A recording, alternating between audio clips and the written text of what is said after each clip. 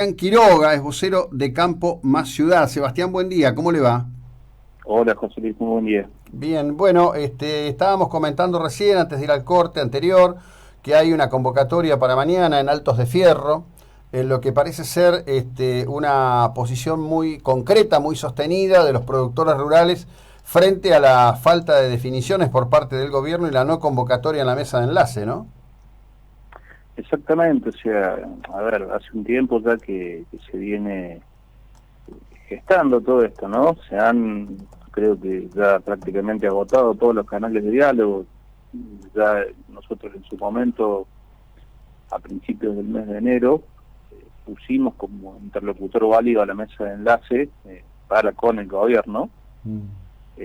Pero bueno, vemos que no hay ningún tipo de definición y menos aún definición que sea favorable hacia el ámbito agropecuario de la República Argentina. Entonces, desde ese lugar hemos seguido teniendo asambleas y convocatorias en distintos lugares del país, en Saladillo, Pergamino, en la zona de Rosario, en Santa Fe, Chaco, Entre Ríos, ahora en Alto Fierro, aquí en la provincia de Córdoba, eh, en donde se ha venido gestando todo un movimiento bastante grande que eh, veremos si puede continuar por el camino del diálogo o habrá que endurecer alguna medida posiblemente en un futuro cercano.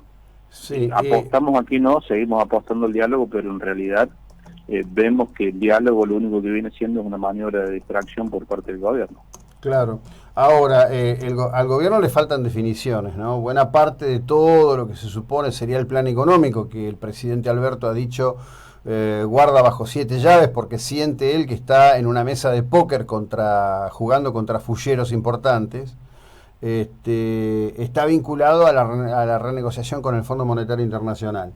La negativa de los inversores ayer de comprar lo que yo llamo el bono Alberto, jocosamente diría, indica que no hay confianza política en el gobierno y la verdad que está para ir abriendo el paraguas, ¿no?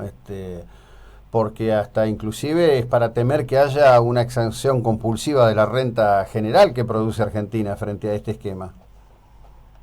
Sin ninguna duda, a ver, partamos de la base que cualquier sistema económico de un país serio se maneja basado en la confianza.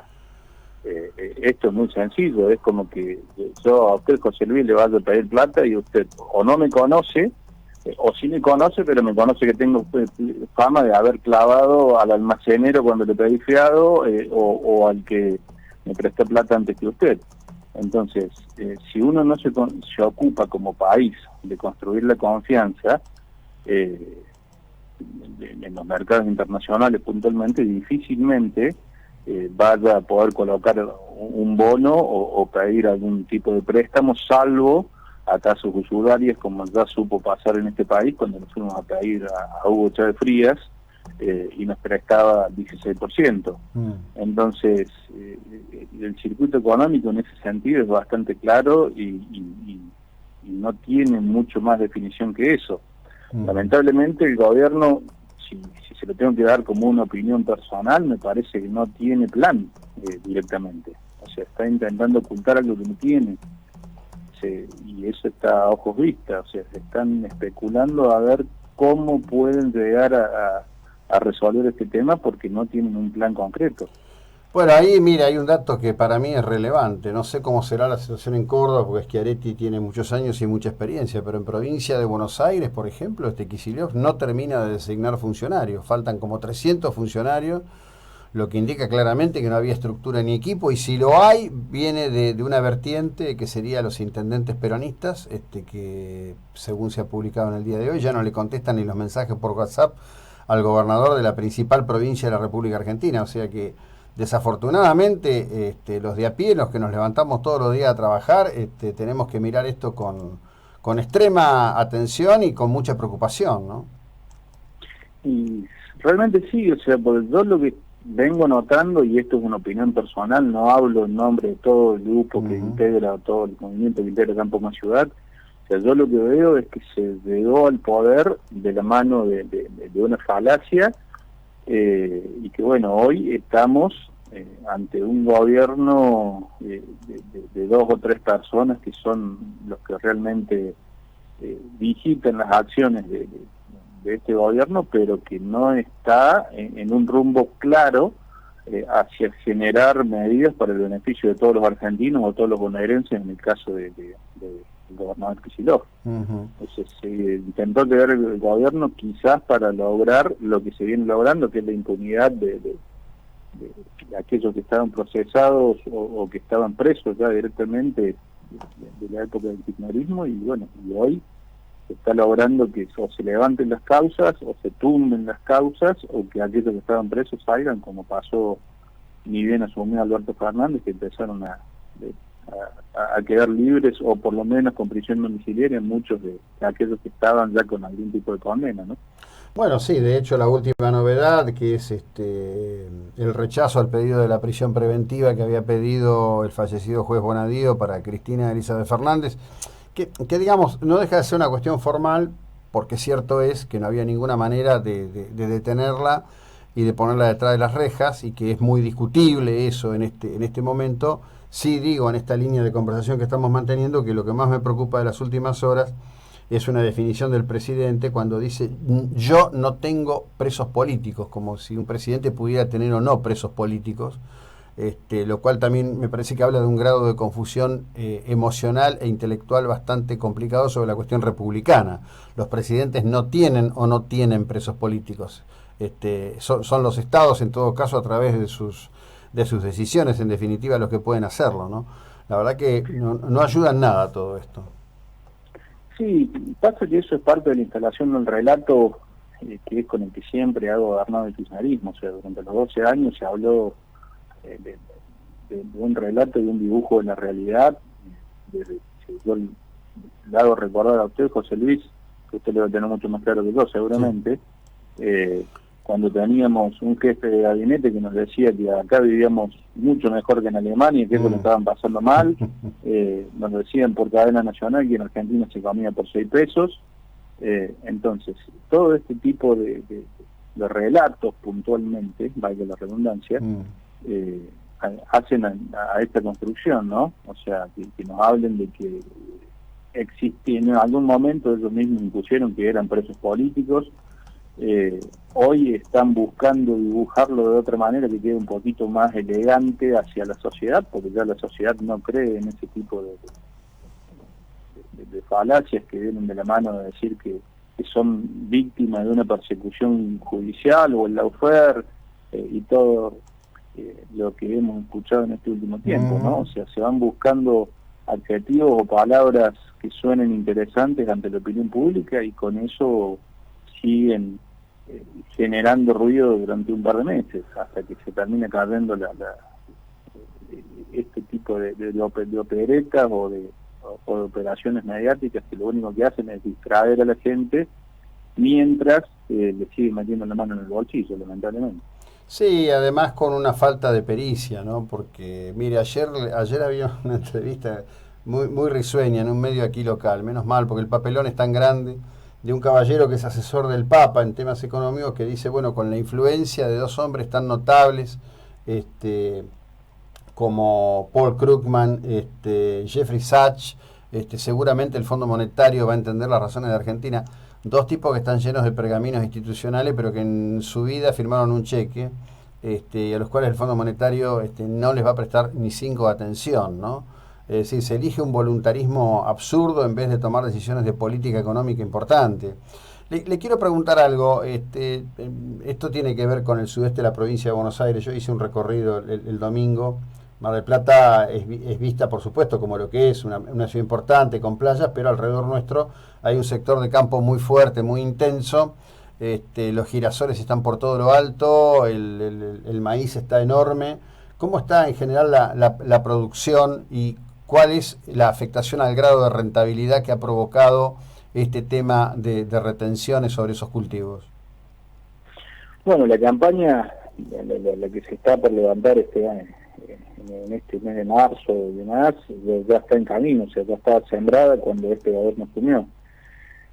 Lo que vemos en general, yo en lo particular veo de los productores que se integren campo con ciudad en todo el país, es la próxima, la que se venga, que ya directamente no va a ser rentable el cultivo de varios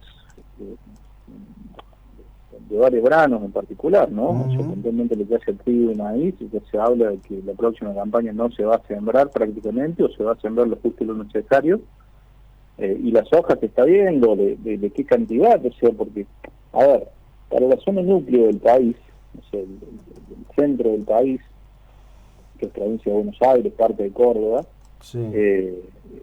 Santa Fe puede ser rentable por una cuestión de fletes, pero la persona no nos vayamos tan lejos, que hace soja, por ejemplo, en el sur de la provincia de San Luis, o Chaco, o Santiago del Estero, que también se produce, por la incidencia solamente vamos a poner un solo ítem, que es el flete, con el nivel de retenciones que hoy se está imponiendo por parte del gobierno, que ya el ministro Basterra hace un par de días dijo que ya van a poner el 3% adicional que los habilita en la ley de emergencia económica, ya con eso solo ya no le conviene ni siquiera sembrar soja a un productor fuera de la zona núcleo argentina. Claro. Entonces, desde ese lugar vemos con honda preocupación que la producción en general de Argentina va a caer a niveles inimaginables hace apenas 2 meses. Sí. Entonces, desde ese lugar realmente lo estamos viendo con mucha preocupación, porque hay algunas producciones que son netamente inviables, en lugares como los que le mencionaba recién, hacer trigo maíz se vuelve inviable, con el perjuicio que eso significa para el productor y para la tierra en particular. Claro. Porque hacer un monocultivo termina destruyendo la tierra y se vuelve una actividad inviable desde cualquier punto de vista. Entonces, desde ese lugar lo venimos analizando con mucha preocupación, porque, a ver, entrar en la discusión de retenciones sí o retenciones no, que es la que nos quiere imponer el gobierno, lamentablemente lleva a que no tiene una mirada macro de la situación en general del campo, entonces, y no quieren escuchar. Nosotros hemos hecho presentaciones, hemos tenido reuniones con gente, hasta con el mismo ministro Basterra, para intentar explicarles esta situación, pero lo único que ven es el fin recaudatorio de manotear un poco de dinero, y no de hacer una medida que sea integral y que pueda beneficiar realmente al sector que siempre ha sido el motor de este país. Sí, para eso hay que tener la vocación de empezar a recortar gasto público en serio, que no significa estar echando empleados por la ventana, sino ordenar el gasto ocioso absolutamente innecesario que tiene el Estado en cualquier área que uno mire, ¿no? Y yo hubiese arrancado primero que nada por un gesto que se le pidió al sector político, que era: si nos ajustamos, nos ajustemos todos. Y no solamente el hecho demagógico que salieron a hacer de congelar sus sueldos por 6 meses, porque, a ver, si usted le congela el sueldo a un jubilado, como lo hicieron, ni bien ingresaron, claro, que gana 19.000 pesos, 20.000 pesos, no es lo mismo que se le congele a un diputado o un senador que gana casi 300.000. Entonces, desde ese lugar fue una medida demagógica. Le pedimos un esfuerzo patriótico, que es el mismo que ellos nos pedían a todos los argentinos, de que tuvieran una reducción del 30% de sus dietas, aunque fuera por 6 meses, ninguno lo hizo. La reducción de los gastos del Estado, lejos de eso, metieron asesores, metieron parientes, dieron de baja el decreto que había puesto el gobierno anterior, donde se prohibía la designación de parientes en el Estado. Entonces, desde ese lugar, lo único que han hecho es la misma receta de siempre, ¿no? La de generar un botín. O sea, el gobierno, lejos de ser un organismo que se ocupe de gobernar, es un botín político o una caja para beneficiar a amigos, parientes, o a la masa crítica de votantes que puedan tener, ya sea o por designaciones en el Estado o por mayor cantidad de planes, que es la forma de gobernar que tienen este tipo de gobiernos populistas, ¿no? Y lo que ocurre es que acá hay un modelo que arrancó con Duhalde en la provincia de Buenos Aires en los 90, que es un modelo que tiene raíces ideológicas en el modelo cubano, y que además se sigue manteniendo. Es decir, si usted los tiene pobres, mendicantes, con algún jefe político que es el que reparte, y encima les habilita la circulación de la droga sin límite, y es una masa fácil de manejar y de llevar. Bueno, un gusto, le agradezco el tiempo y la ilustración. Estamos en contacto en la medida que puedan, háganos llegar imágenes de la convocatoria de mañana allí en Altos de Fierro, Córdoba. Gracias, Sebastián, muy amable. Como no, José Luis, muchas gracias a usted y un saludo a toda la gente de Mar del Plata. Bueno, Sebastián Quiroga es coordinador de la organización que se llama Campo Más Ciudad.